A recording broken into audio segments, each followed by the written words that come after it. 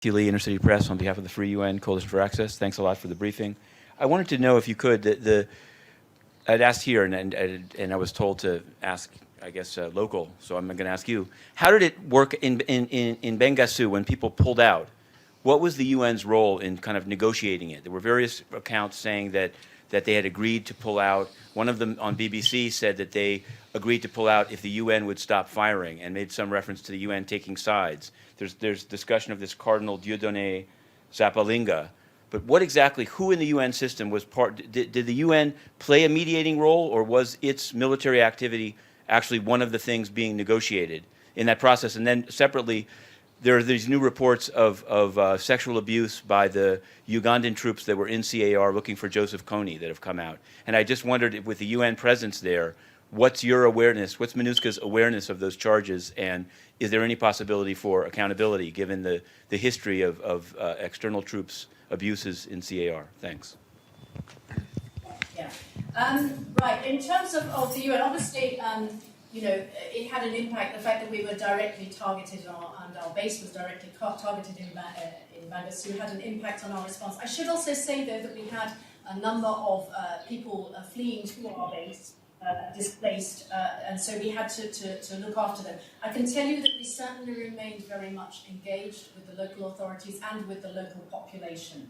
And we have remained active in all of those efforts. So there is, and also indeed have supported the work of the cardinal. You know, obviously, sometimes people see things from different points of view depending on what they've seen on the ground. And sometimes people aren't, you know, fully aware of what might be happening in a different part of a theatre of operations. And so, you know, it's difficult to draw conclusions, I think, from comments that might have been made. But I can tell you that we are very much supporting the work of the religious platform, and they have been a force for good in trying to secure reconciliation between communities. And indeed, we believe that the cardinal has a very, very important role to play. He comes from Bangassou.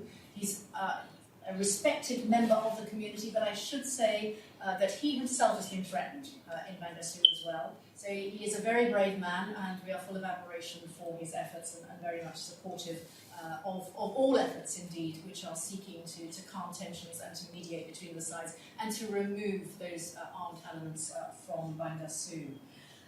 In terms of the UPDF attacks, the allegations of sexual exploitation and abuse, indeed, yes, MINUSCA was aware of that, and indeed it was our human rights team that first alerted, well, certainly produced a report on that in the middle of last year. There was messaging to the Ugandan permanent delegation in Geneva about that.